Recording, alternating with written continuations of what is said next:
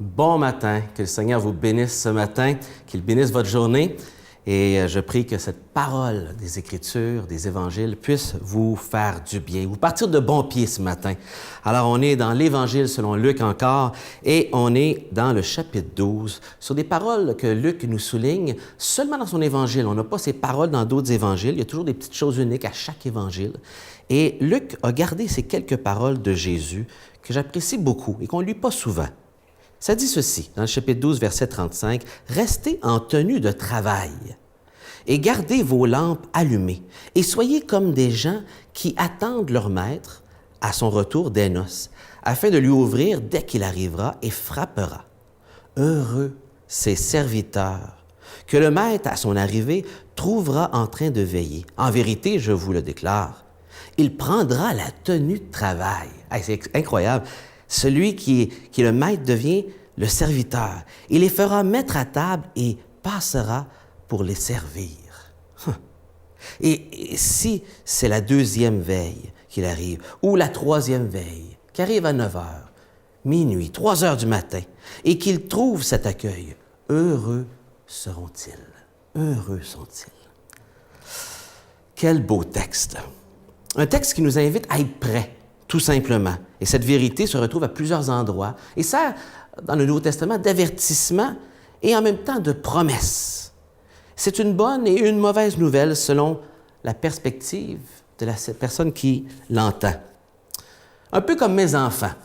Vous savez, lorsque j'ai 9 enfants et lorsque les plus vieilles ont grandi, ont commencé à garder les plus jeunes, comme papa et maman, on sortait ensemble, on devait avertir les enfants, écoutez, on peut venir n'importe quand, voici les consignes, c'est important que vous les respectiez, l'heure de dodo, de ramasser la table pour celles qui gardaient, et que lorsqu'on va arriver, on ne veut pas de surprise, que tout soit ramassé, que chacun soit au lit comme il faut, qu'ils aient obéi à la grande sœur, etc. Et que lorsqu'on a obéi à la grande sœur, elle représente papa-maman, là. Alors, on a donné les consignes et on pouvait venir n'importe quand. Et les enfants devaient être prêts.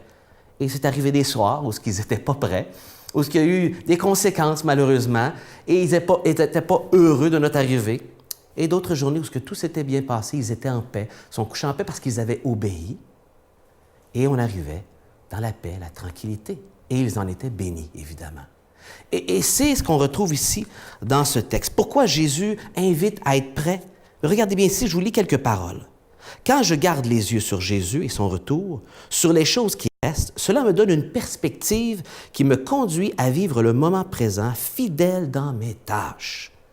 Procure de la joie, de la paix, j'ai pas de regrets, avec les bonnes priorités qui honorent Dieu. Ce service fidèle est la preuve que le serviteur est un véritable croyant.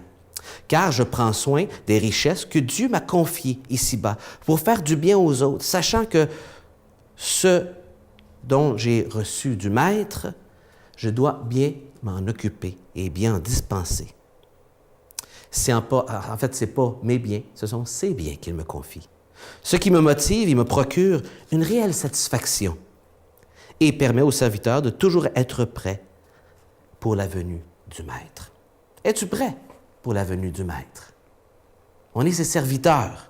Et il utilise ici pour nous enseigner cela une image, cette image de serviteur ou cette image de gardien, gardienne dans ma famille. Cette image aussi avec une promesse, celle de bonheur, de joie. Et qu'on retrouve une cinquantaine de fois dans le Nouveau Testament, mais particulièrement chez Luc, qui s'attarde à ces formules du bonheur. Et moi, je veux être heureux. Les 50 fois que ça apparaît dans le Nouveau Testament ou dans l'Ancien, je les ai toutes notées parce que je veux être heureux. Heureux celui qui fera ceci ou fera cela. J'appelle ça les formules du bonheur.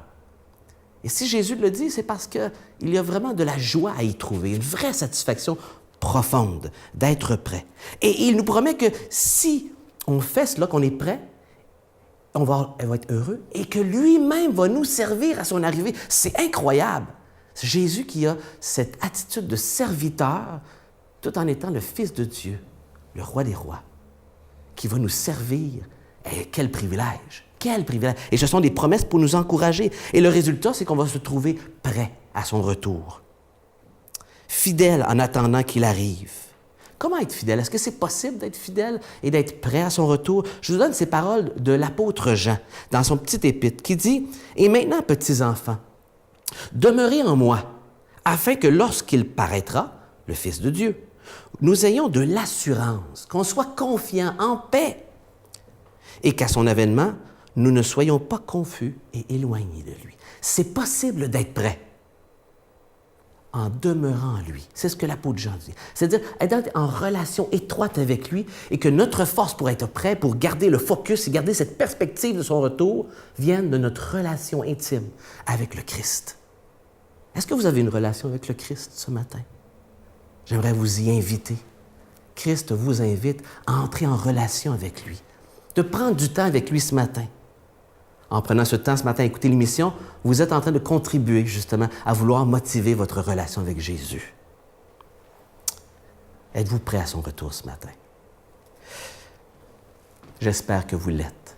Que le Seigneur vous accompagne et qu'il vous donne sa grâce ce matin et toute la journée. Dans le nom de son Fils Jésus.